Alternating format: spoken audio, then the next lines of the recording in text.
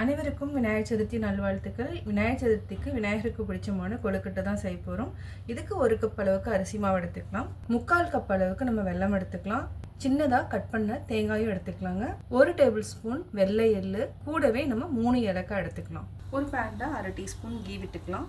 Key நல்லா உருகிடுச்சு. இது கூடவே 2 டீஸ்பூன் அளவுக்கு நம்ம குட்டியாக கட் பண்ணி வச்சுருக்கிற தேங்காயை சேர்த்து நல்லா வதக்கிக்கலாம். ஒரு 30 செகண்ட் வதக்கிக்கலாம். 30 செகண்ட் நல்லா வதக்கிட்டோம். இது கூடயே 1 டீஸ்பூன் அளவுக்கு வெள்ளை எள் சேர்த்துட்டு இதையும் சேர்த்து நல்லா வெடிக்கிற வரைக்கும் அப்படியே வறுத்துக்கலாம். வெள்ளம் நல்லா வெடிக்க ஆரம்பிச்சிருச்சு. இதையும் நம்ம ஒரு பிளேட்டில் மாற்றிக்கலாம். அதே பேனில் நம்ம 1 கப் அளவுக்கு அரிசி மாவு வச்சுருக்கோம். அரிசி மாவையும் நம்ம ஒரு நிமிஷம் வரைக்கும் நல்லா வறுத்துக்கலாம். நம்ம அரிசி மாவை வறுத்துட்டோம். இதை வந்து தனியாக எடுத்து வச்சுக்கலாம். நம்ம வெள்ளத்தை ஒரு பாத்திரத்தில் போட்டு கொஞ்சமாக தண்ணி விட்டு கொதிக்க விட்டுடலாம். இப்போது நல்லா கொதிச்சிருச்சு. 2 மினிட்ஸ் அப்படியே வச்சிங்கன்னா அந்த மண் எல்லாமே இறங்கிடும். அதுக்கப்புறம் நம்ம அரிசி மாவு கூட சேர்த்துக்கலாம். நம்ம ஏலக்காய் வந்து அரிசி மாவு கூட ஆட் பண்ணிக்கலாம். தோல் எடுத்துடலாம். வறுத்து வச்சுருக்கிற எள்ளு, தேங்காய் இதை 2ஐயும் சேர்த்துக்கலாம். நல்லா மிக்ஸ் பண்ணிக்கோங்க. இப்போ நம்ம வெல்லத்தை ஆட் பண்ணிக்கலாம். நல்லா மிக்ஸ் பண்ணி விடுங்க. கொஞ்சம் கொஞ்சமாக நீங்கள் வெள்ளை தண்ணியை ஆட் பண்ணிக்கோங்க. இப்போ நம்ம நல்லா மிக்ஸ் பண்ணிட்டோம். இதை நல்லா சின்ன சின்ன உருண்டைகளாக பிடிக்கணும்.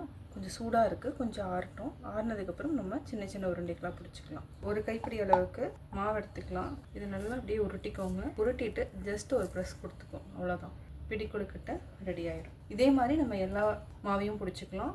நம்ம ஸ்டீமர் வச்சுக்கலாம். ஸ்டீமரில் ஒரு வாழை இலையும் வச்சுக்கலாம். நம்ம பிடிச்சி வச்சுருக்கிற பிடி கொழுக்கட்டை எல்லாத்தையுமே ஸ்டீம் பண்ணிக்கலாம். ஒரு 7 மினிட்ஸ் பண்ணிங்கனாலே போதும். இப்போ நம்ம மூடி போட்டுக்கலாம். 7 மினிட்ஸ்க்கு அப்புறம் நம்ம ஆஃப் பண்ணிக்கலாம். ரெடி ஆகிடுச்சு. 7 நிமிஷம் ஆயிடுச்சு.